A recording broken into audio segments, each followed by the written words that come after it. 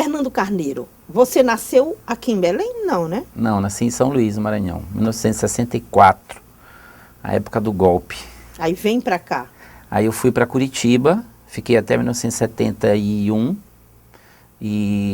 fiquei de 64 a 71 no Maranhão, depois fui para Curitiba, passei 3 anos em Curitiba e vim para cá em 74. Aí Com a família inteira? Com a família toda. Aí fiquei aqui até 87, quando meu pai morreu em 85, aí eu fui para São Paulo de 87, fiquei 12 anos lá e retornei para cá, de 99 para cá, estou aqui até agora. Fernando, você é de família grande? Seu pai era o quê? Meu pai era um comerciário, minha mãe era dona de casa e além de mim 2 irmãos, Sérgio e Luiz, os mais velhos, eu sou caçula. E essas mudanças de São Luís? Foram por conta do emprego do meu pai, né? Meu pai trabalhava numa empresa de relógios e ele era um gerente de implantação. Então, sempre que tinha uma cidade nova para ser aberta, a empresa o mandava para lá. Então, ele saiu de São Luís para Curitiba, de Curitiba para Belém e aí faleceu aqui. Quando vocês chegaram aqui em 73? 74. 74. Se não me falha a memória. Aí foram se instalar, foram morar em Nazaré. Moramos ali na Avenida Nazaré, próximo da Generalíssimo, o edifício São Manuel. Ainda existe até hoje. Foi estudar onde, Fernando? Fui estudar no Colégio Moderno.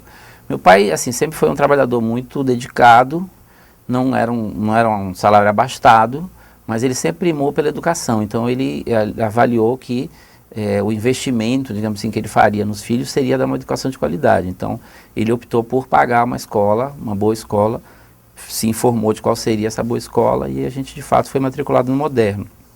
Os 2. Sérgio ficou um pouco ainda em Curitiba porque ele estava fazendo o convênio, depois ele chega um ano depois. Mas eu e o Luiz já fomos estudar no Moderno. Você é o terceiro, o Luiz é o primeiro. O Sérgio é o primeiro, o Luiz do meio, eu sou o terceiro. Uhum. Eu e o Luiz viemos, o Sérgio ficou em São Paulo, em Curitiba por mais um ano. Aí você faz todo o científico? Todo o segundo grau, né? Ali já do final do primário, início do segundo grau, até o convênio no Moderno. Aí do convênio eu saio e vou para o ideal.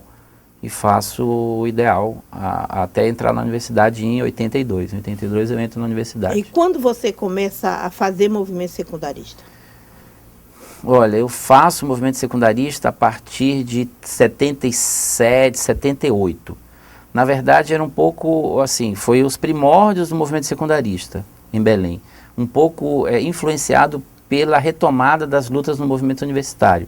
Então, nesse aspecto, foi o movimento universitário que, de fato, impactou e influenciou o movimento secundarista. Eu lembro muito bem, foi Sérgio, inclusive, que meu irmão mais velho, que era do movimento universitário, que me apresentou a um membro de um contato que eles tinham, que era o Figueiredo, João Batista Figueiredo, né? Não o presidente, mas um secundarista, e a gente se conheceu lá em casa e ele ele era estudante do Augusto Meira, né, o Figueiredo, e a gente começou a falar sobre essa questão do movimento estudantil secundarista. E a partir daí, início de 78, eu comecei a militar e não parei mais. E como era esse movimento? Vocês organizavam? Qual era a pauta? Como é que era essa dinâmica? Então, na verdade, haviam 2 pautas, as principais. A primeira pauta principal era uma luta que tinha um cunho, assim, digamos, econômico, que era a luta pela meia passagem. A gente iniciou um processo de luta pela meia passagem. Mas, em paralelo, havia um outro processo importante também pela reorganização dos grêmios livres nas escolas. Porque, assim, a estrutura militar vigente até então, ela penetrava nas escolas via algumas instituições e via a repressão. E a representação estudantil que tinha na época, que era o famoso centro cívico. Quer dizer, na verdade, a gente sempre avaliou que o centro cívico não era uma representação estudantil junto à direção da escola, era o inverso. Era uma representação da direção da escola dentro do movimento estudantil. Então, por isso, era uma estrutura viciada, a do centro cívico, e a nossa luta era por criar grêmios livres, né? Esse sim, de fato, a organização dos estudantes, representando os estudantes perante a direção da escola, numa estrutura muito ainda marcada pela repressão. As escolas secundaristas não viviam o mesmo clima, na universidade ainda havia um clima de repressão, mas nas escolas secundaristas era muito maior ainda. Qualquer processo de mobilização que a gente tinha que fazer era um enfrentamento constante com a direção da escola. E aonde tinha mais movimento organizado com esse perfil, assim, nas escolas de Belém? Olha, a gente tinha algumas escolas... fazer um perfil, assim. Eu poderia te citar algumas, que eram escolas que tinham uma participação importante dos estudantes do movimento estudantil. O próprio Augusto Meira, né? O Deodoro de Mendonça, e na época, o Souza Franco, e o que a gente chamava, que era hoje a UFPA, que era a Escola Técnica Federal. Né? Que essas 4, talvez, fossem o centro assim, de mais... Não.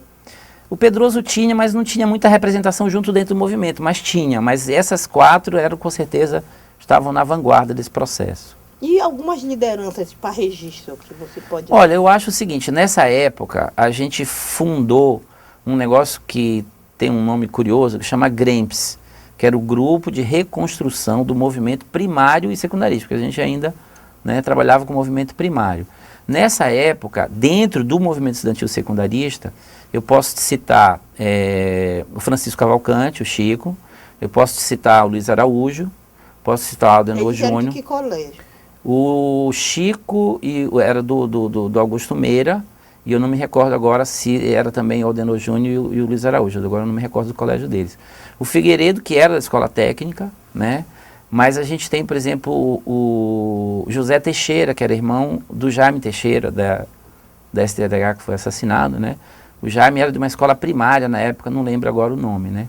Mas assim, e alguns outros companheiros que eram do movimento estudantil, que principalmente da Escola Técnica, né?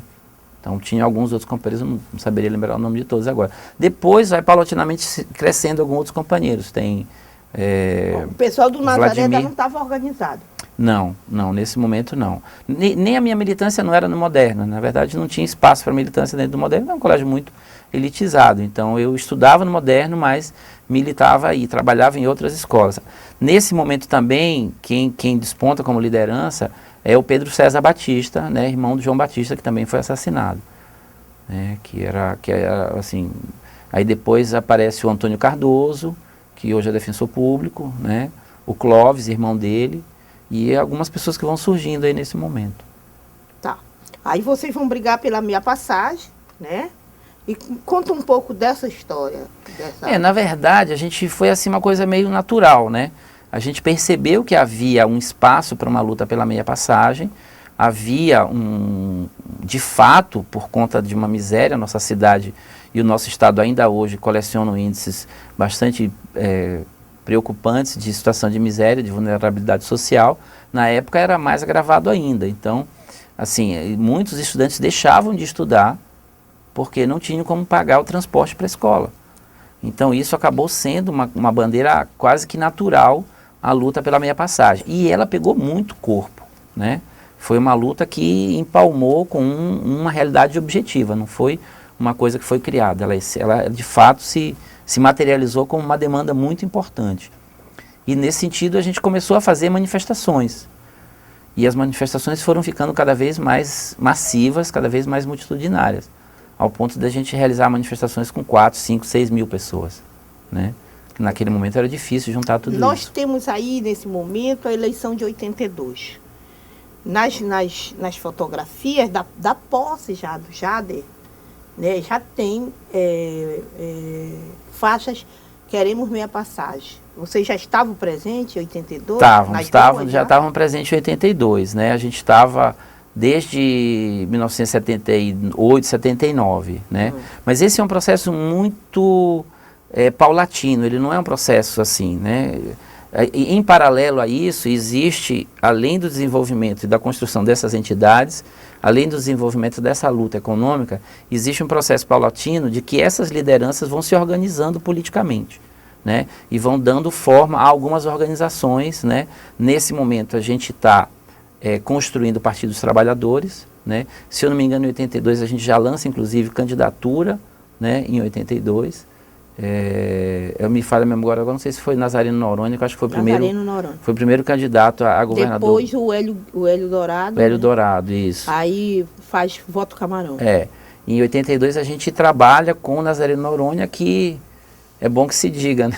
Assim, um dos critérios que o levou à escolha dele, além assim, da participação política dele, era a idade, porque naquela época todos eram muito jovens e uma das únicas pessoas que tinha idade para ser candidato a governador era o Nazareno Noronha. Então a gente já veio, nessa época a gente já estava, eu particularmente já estava... Agora, por que a opção pelo PT? Porque, na verdade... Tente pensar o que você pensava. Aquele bipartidarismo que havia era uma coisa absolutamente viciada. E, com o início das mobilizações, o retorno da luta do movimento estudantil e o retorno da luta do movimento operário, né, eu costumo dizer o seguinte, que naquele momento o nascimento do PT ele foi quase uma coisa normal. Se ninguém propusesse, o PT nasceria. Porque naquele momento, com a retomada das lutas do movimento operário, o que é uma curiosidade, porque um dos últimos bastiões de resistência da luta contra a ditadura em São Paulo foi Osasco. E muita gente das organizações de esquerda acreditava que seria em Osasco que o movimento operário retomaria as suas lutas. Mas se esqueceu que durante o processo de industrialização forçada que os militares levaram a cabo, foi justamente no ABC que se manifestou a maior concentração operária. Então, natural seria, e de fato foi, que fosse no ABC a retomada das lutas do movimento operário. Então, ao passo que desenvolve a luta do movimento operário, existe um clamor para que um partido representasse a luta dos trabalhadores. O próprio nome Partido dos Trabalhadores, ele surge muito naturalmente. Né?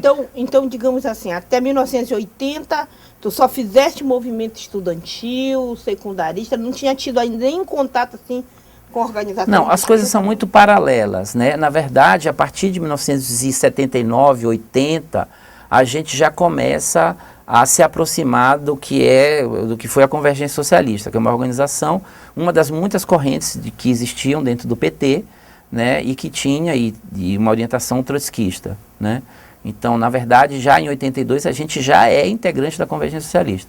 Nesse processo aí que eu te falei, de 78 a 82, já existe a definição desse grupo pela Convergência Socialista. Né? E que grupo era esse? O GREMPS? Então, havia esse grupo... É o GREMPS. O GREMPS dá origem a isso. A gente se reunia, era um grupo assim muito disciplinado, né? A gente reunia semanalmente, a gente tinha alguns espaços onde a gente podia reunir. A gente reuniu muito no Hélio Dourado, que era o cursinho que ele tinha ali na Quintino. A gente reunia na igreja de São Sebastião, né? Que tinha um padre que abria um espaço para a gente, que é o padre João Belquembon, que morreu recentemente. E a gente pintava a sala uma vez por ano e ele dava espaço para a gente reunir. Então a gente reunia e debatia questões específicas da luta estudantil e questões mais gerais da política mais geral. Né? Então a gente começou a ter contato com a literatura marxista, né? Os livros do Marx, os livros do Lenin, e a gente começou a ter contato também, hoje em dia é muito fácil pela internet, mas nessa época não tinha internet. Então a gente tinha que caçar literatura sobre o movimento trotskista. Então a partir de 80, 81, a gente já começa a se definir. E em 82, quando tem esse processo eleitoral, a gente já participa, já integrando a Convergência Socialista. Tanto é que uma das pessoas que vem para ajudar a preparar o Nazareno Noronha é um quadro nacional da Convergência Socialista, que era o Valério Arcari. Ele veio para cá, né? Lembro do Valério. Pois é, ele ajudou a preparar os debates, inclusive, para o Nazareno Noronha, a preparar o Nazareno Noronha. E já em 82. Essa opção para ser um grupo trotskista, ou pelo trotskista? Na verdade é o seguinte, a gente era um grupo muito radicalizado, as ações eram ações muito radicalizadas, porque a luta impunha essa configuração da radicalização. E a gente encontrou, digamos assim, um abrigo teórico para essa radicalização dentro da literatura trotskista. Então a gente se reuniu, algumas pessoas não acompanharam esse processo, mas assim, boa parte dos companheiros que eram da liderança foram se definindo politicamente, alguns foram para outros agrupamentos, né? Alguns companheiros foram para o MEP, Movimento de Emancipação do Proletariado, e outros companheiros ficaram durante algum tempo independentes, depois optaram pela Convergência. A gente decidiu que era trotskista, e aí nós mandamos representantes para São Paulo para entrar em contato com as organizações trotskistas. E depois voltou, esses dois companheiros foram e voltaram, no caso foi a Bernadette Menezes, a Berna, e o Francisco Cavalcante, o Chico. A gente reuniu, decidiu mandá-los para São Paulo para entrar em contato com as organizações trotskistas, porque a gente já se denominava trotskista, teoricamente. Eles foram, tiveram contato com algumas organizações e retornaram. E ao retornar, a gente debateu e durante algum tempo a gente ficou amadurecendo. Uma dessas pessoas que eles contactaram em São Paulo veio até Belém, que era um histórico, um comunista histórico, José Maria Crispim. Ele foi eleito deputado constituinte em 1946 pelo PCB, foi um dos deputados mais votados, se não mais votado, por São Paulo, e depois do processo de stalinização, ele saiu, constituiu um grupo trotskista, se exilou, foi exilado, foi em Portugal, e depois voltou para o Brasil. E em 82, 81 ele já estava aqui, e ele, assim, com uma idade já bastante avançada, bem debilitado fisicamente, porque ele foi torturado na época da ditadura, ele veio até Belém para tentar ganhar esse nosso grupo para o grupo dele, que agora eu não me recordo o nome. Mas a gente viu que ele não tinha muita... é muito errática a linha dele, e a gente acabou optando pela Convergência. Então, digamos assim, tanto é que quando a gente vai para São Paulo, para o primeiro congresso da Convergência que a gente participa, a gente foi muito ovacionado, porque não foi a Convergência que veio aqui e nos ganhou para a Convergência, fomos nós que fomos em São Paulo e ganhamos a Convergência para nós, né? Porque a Convergência só existia na região sul e sudeste, né? Primeiro ponto na região norte fomos nós.